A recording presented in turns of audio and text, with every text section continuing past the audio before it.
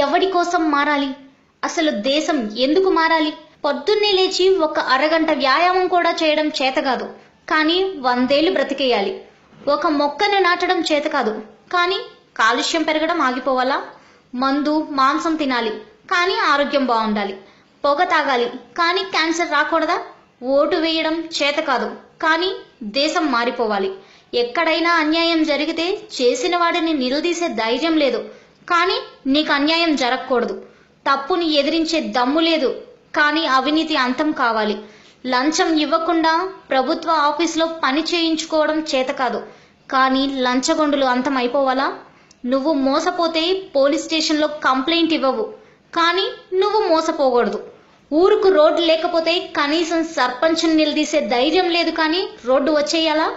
రూపాయి సంపాదించడం చేత కాదు, కానీ ఖర్చు పెట్టుకోవడానికి సొమ్ము కావాలా?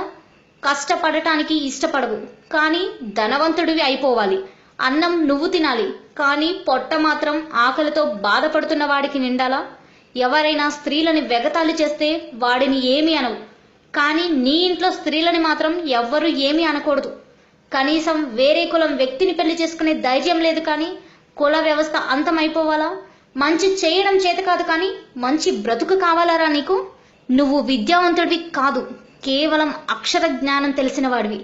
ఈ మెసేజ్ చదివిన తర్వాత మీలో కొంచెమైనా మార్పు మొదలైంది అని మీకు అనిపిస్తే దీన్ని ఫార్వర్డ్ చేయండి, లేకపోతే మీ దగ్గరే డిలీట్ చేసేయండి ప్లీజ్. ఇట్లు భారతీయులలో మార్పు కోసం ఎదురు చూస్తున్న ఓ భారతీయుడు. Like and subscribe Eagle Media Works.